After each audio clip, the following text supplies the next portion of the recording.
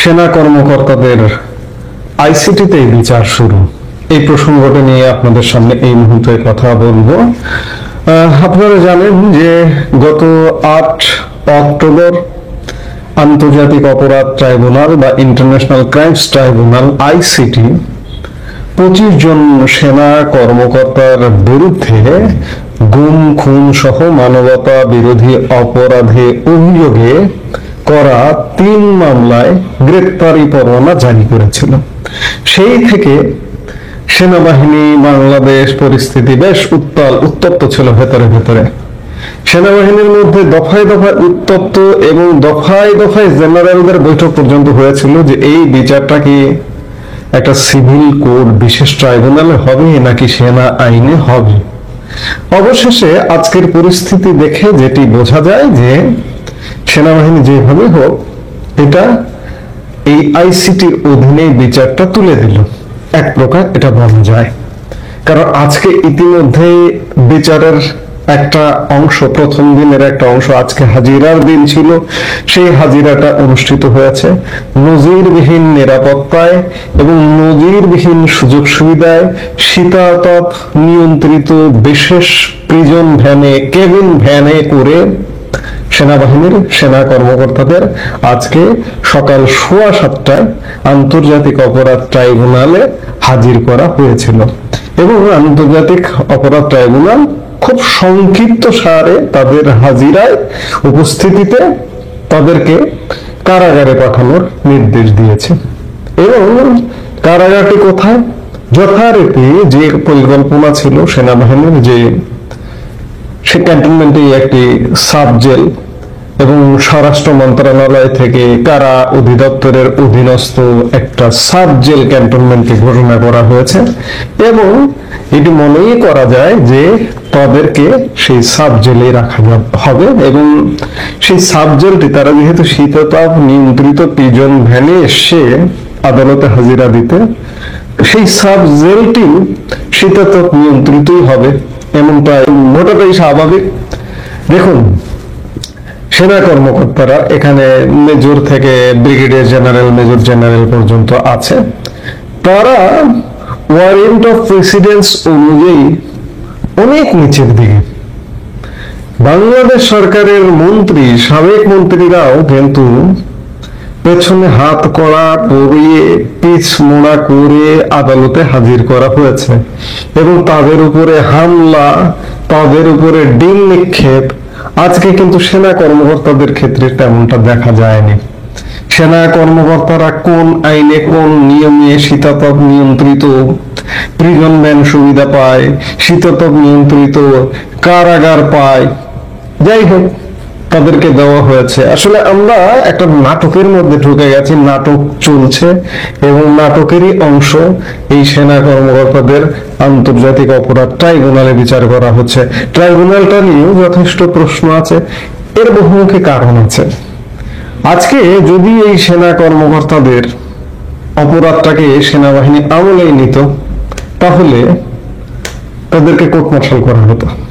আর court martial করলে কিন্তু রক্ষা নাই।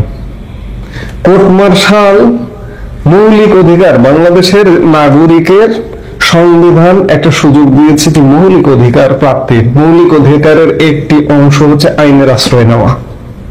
সংবিধানের আর্টিকেল 45-এ বলা হয়েছে যে শৃঙ্খলা বাহিনীর জন্য যে আইন, সে আইন কোথাও চ্যালেঞ্জ করা যাবে না।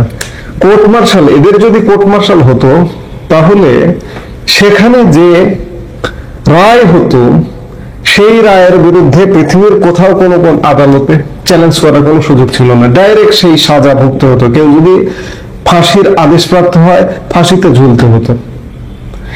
সব দিক বিবেচনায় হয়তো সেনাবাহিনী মনে করেছে যে এটি একটি ট্রাইব্যুনাল, এর পরে আরো নানা রকম ধাপ আছে, সর্বোচ্চ আদালত আছে, মহামান্য রাষ্ট্রপতি আছে, মানে এটা একটা দীর্ঘ বিচার প্রক্রিয়া। এই দীর্ঘ বিচার প্রক্রিয়ায় বাংলাদেশে অনেক কিছু ঘটে যেতে পারে।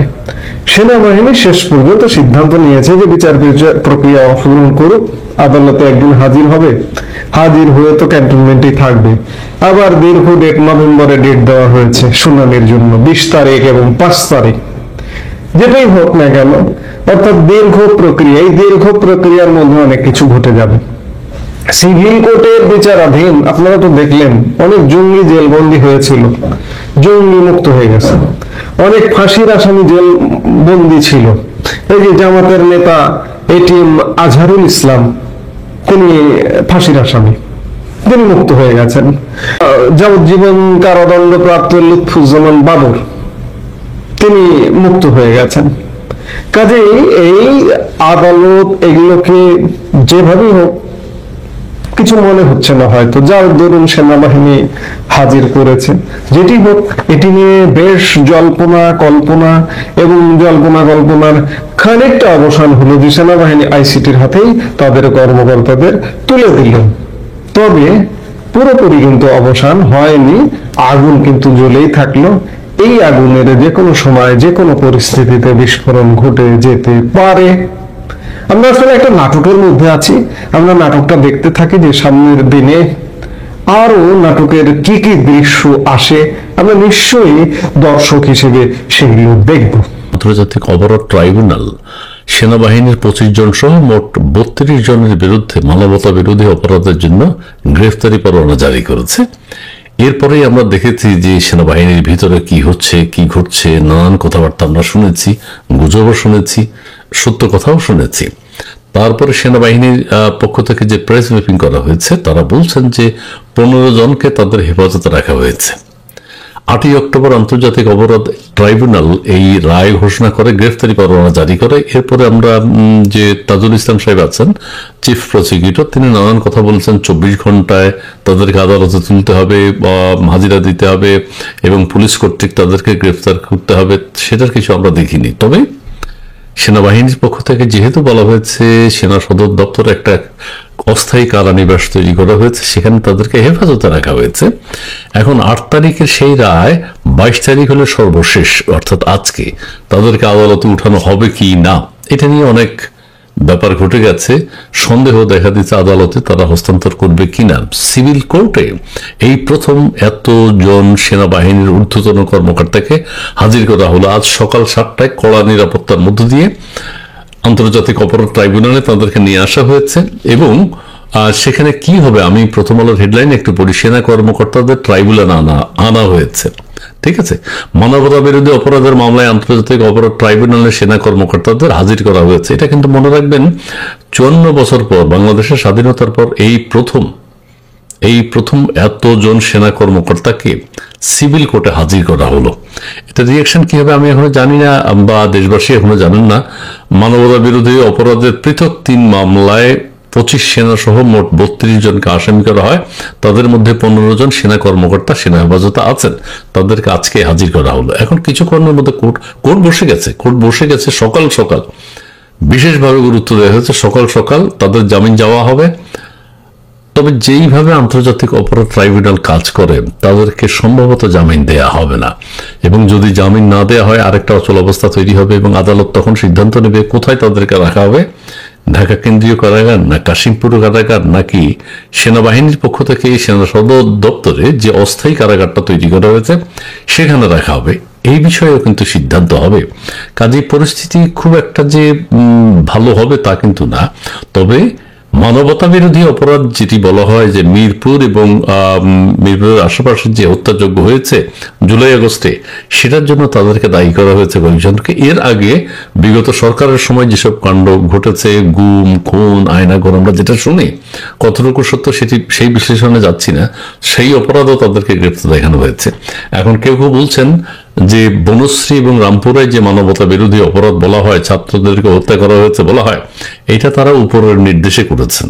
যদি করে থাকেন, সেটা আমরা জানি না কে হত্যা করেছে ছাত্রদেরকে। সেনাবাহিনী হত্যা করেছে, নাকি কোনো ক্রিমিনাল হত্যা করেছে, না স্নাইপার নিয়ে অন্যকে হত্যা করেছে, নাকি পুলিশ করেছে, সেনাবাহিনীর বিরুদ্ধে এই মামলা দেওয়া হয়েছে। এইটা তাদের চেইন অফ কমান্ড, উপরের নির্দেশে যদি হত্যা হয়ে থাকে, তারা করেছে, তাহলে উপরের সে কর্মকর্তারা কোথায়, অর্থাৎ চিফ কোথায়, সেনা প্রধান কোথায়? সেনা প্রধানের নির্দেশে যদি ছাত্র জনতার পাশে দাঁড়ায় সেনাবাহিনী, আবার সেনাবাহিনীর নির্দেশে, সেনা প্রধানের নির্দেশে সেনাবাহিনী হত্যা করেছে, দুইটাই সত্য। দুইটাই সেনাপ্রধানের নির্দেশে, তাহলে সেনাপ্রধানও কিন্তু আইনের বাইরে থাকতে পারেন না। এটা কিন্তু আদালতে উঠবে। আসামিদের যে আইনজীবী থাকবে তারা নিশ্চয়ই বলবে তারা চেইন অফ কমান্ড মেনেছে, কমান্ড না মানলেও তো তাদের চাকরির সমস্যা। অর্থাৎ চিফ যদি হুকুম দেয়, সেই অর্ডার যদি অধীনস্থরা না মানে, না কার্যকর করে থাকে, তার জন্য জবাবদিহি করতে হয়, তাদের চাকরি থাকে না। কাজেই এখানে কি হবে, কি হতে যাচ্ছে, কেন হতে যাচ্ছে, কেউ বলছেন মুক্তিযুদ্ধের পক্ষের, দেশের গণতন্ত্রের পক্ষের, স্বাধীনতার পক্ষের যারা মানুষ দেশের কল্যাণ চান, তাদেরকে নানানভাবে হেনস্থা করার এটা আর একটা বড় ধরনের প্রক্রিয়া। সেই 2009, 2024 এর মধ্যে অনেক মুক্তিযুদ্ধের পক্ষের, তারপরে 24 আপনারা দেখেছেন মুক্তিযুদ্ধের সমস্ত কিছু শেষ, স্বাধীন বাংলাদেশ বলতে আর কিছু নেই। তারই ধারাবাহিকতায় একটা শেষ পদক্ষেপ সেনা কর্মকর্তারাও যারা আছেন এই পক্ষের, গণতন্ত্রের পক্ষে, বাংলাদেশের পক্ষে, সার্বভৌমত্বের পক্ষে, তাদেরকে শেষ করার জন্য আন্তর্জাতিক অপরাধ ট্রাইব্যুনাল এই উদ্যোগ নিয়েছে। দেখা যাক আজকে কি হয়।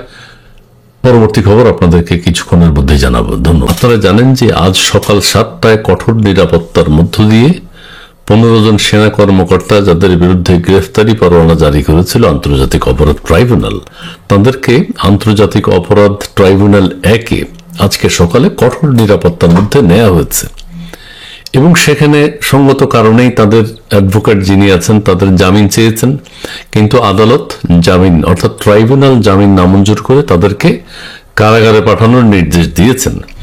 এর কিছুদিন আগে হাকিমুজ্জামান সাহেব, মেজর জেনারেল সম্ভবত, তিনি একটা প্রেস ব্রিফিং করেছেন। তিনি বলছেন যে তারা সেনা হেফাজতে আছে, একটা অস্থায়ী কারাগার তারা তৈরি করেছেন, সেখানে আছে, এবং সেখান থেকে সিভিল কোর্টে দিবে কিনা সেনা কর্মকর্তাদেরকে, এটা নিয়ে একটা দ্বিধাদ্বন্দ্ব ছিল। না দেওয়ারই কারণ বেশি, কারণ হচ্ছে এরা দেশের পক্ষে, স্বাধীনতার পক্ষে, এবং সেনা কর্মকর্তাদের যারা চাকুরিরত অবস্থায় আছেন তাদেরকে সেনা আইনে বিচার করতে হয়। হয় তাদের কোর্ট মার্শাল হবে বা সেনাবাহিনীতে যে আইন রয়েছে, কোনো অপরাধ যদি কারো থেকে থাকে তাদের সেভাবে বিচার হবে, সিভিল কোর্টে এইভাবে দেওয়া হয় না। 54 বছরের মধ্যে এই একটা ব্যতিক্রমী ঘটনা ঘটলো। এটা আমি অতীতেও বলেছি, এখনো বলছি। কেউ কেউ মনে করেন যে এই যে বাংলাদেশকে স্বাধীনতা মুক্ত, স্বাধীনতার পক্ষের মানুষের কাছ থেকে ছিনিয়ে আর যে একটা চক্রান্ত, সেই চক্রান্তের ধারাবাহিকতার একটা অংশ হচ্ছে 15 সেনা কর্মকর্তাকে আজ কারাগারে পাঠানোর নির্দেশ দেওয়া হচ্ছে এবং তাদের বিরুদ্ধে মানবতা বিরোধী অপরাধ, বিগত সরকারের সময় গুম খুন, আয়নাঘর কি হয়েছে সেটা, এবং 24-এ রামপুরা বনশ্রী ওই এলাকায় নাকি তারা মানবতা বিরোধী অপরাধ করেছে, সেই অপরাধে তাদেরকে কারাগারে পাঠানো হয়েছে। এটি সেনা আইনে যদি বিচার করা হতো, সেনা আইনে, সেনাবাহিনী চেইন অফ কমান্ড ছাড়া কোনো কাজ করে না।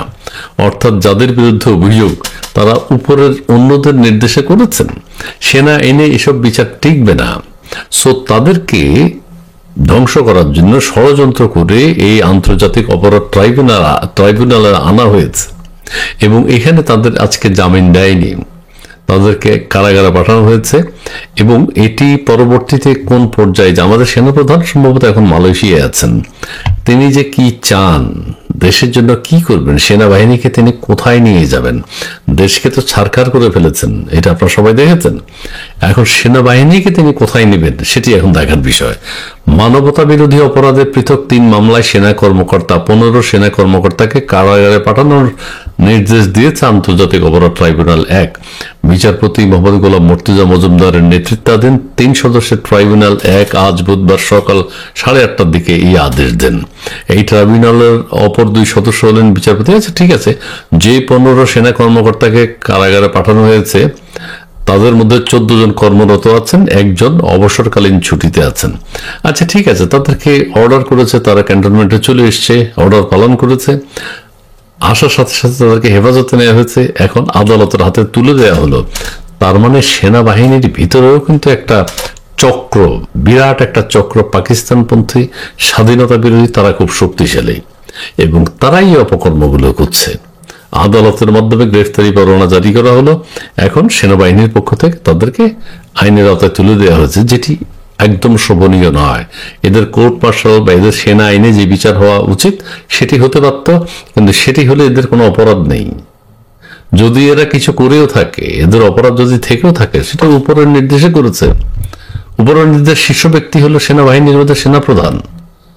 সমস্ত কিছু তার অর্ডার ছাড়া কোনো কিছু হয়নি। ভালো কিছু হলেও তিনি অর্ডার দিয়েছেন, মন্দ কিছু হলেও সেনাপ্রধান অর্ডার দিয়েছেন। এদেরকে এখন ভিকটিম করা হচ্ছে, এটা দেখানো হচ্ছে। কাজেই জামাতপন্থী এবং পাকিস্তানপন্থী সেনাবাহিনীর ভিতরে যত সদস্য আছে, তাদের দাপটে আজকে এই অপকর্মগুলো ওয়াকারুজ্জামান সাহেবের নেতৃত্বে করা হচ্ছে। দেশবাসী এখন চেয়ে চেয়ে দেখছে। যাই হোক বন্ধুরা, বিষয়টা খুবই দুঃখজনক। তাদেরকে জামিন দেওয়া হয়নি। 15 সেনা কর্মকর্তাকে কারাগারে পাঠানোর নির্দেশ দিয়েছে আন্তর্জাতিক অপরাধ ট্রাইব্যুনাল 1। দেখা যাক ভবিষ্যতে কি হয়, সেটি আপনাদেরকে আবার জানাবো।